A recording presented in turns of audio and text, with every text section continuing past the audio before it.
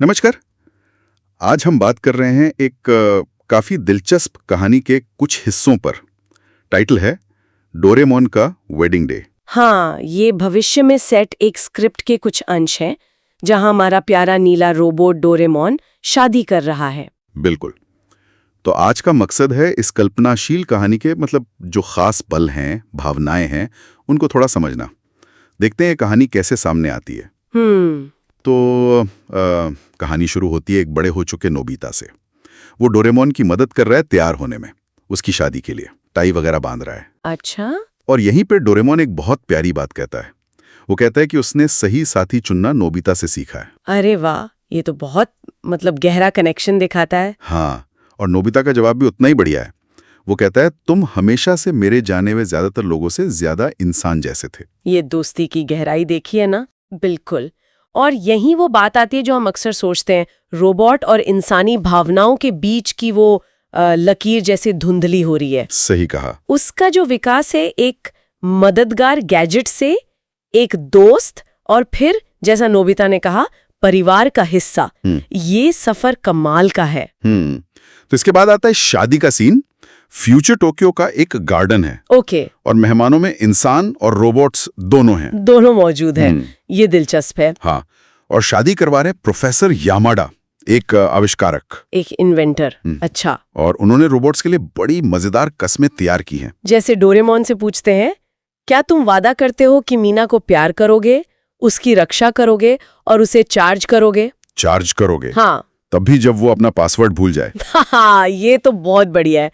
और मीना का वादा? मीना भी वादा करती है और मैं वादा करती हूँ कि तुम्हारे गैजेट्स को व्यवस्थित रखूंगी, तब भी जब तुम एनीवेयर डोर कहीं रखकर भूल जाओ।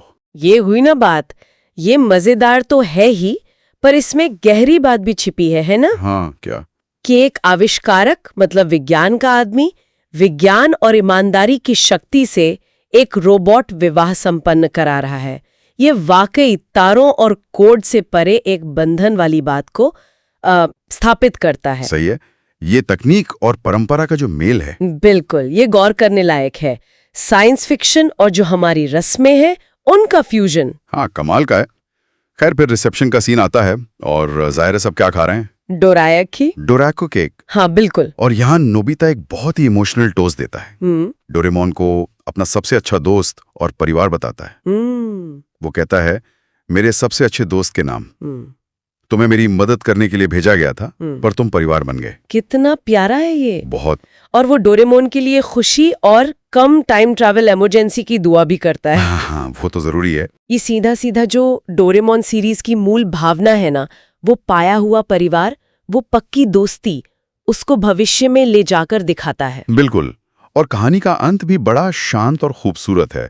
एक शाम का सीन है। अच्छा। डोरेमोन और मीना तारों के नीचे बैठे हैं, हाथों में डोरायाकी। मीना पूछती है कि क्या उसे अतीत की याद आती है, नोबिता के साथ का वक्त। ये तो गहरा सवाल है। डोरेमोन क्या कहता है? डोरेमोन का जवाब उसके पूरे सफर को, उसके विकास को जैसे समेट लेता है।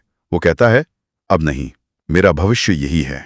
वाओ, वो आगे बढ़ चुका है। हाँ, और फिर वो दोनों अपने डोरायाकी को जैसे ग्लास टकराते हैं ना, वैसे टकराते हैं। ये बहुत सिंबॉलिक है।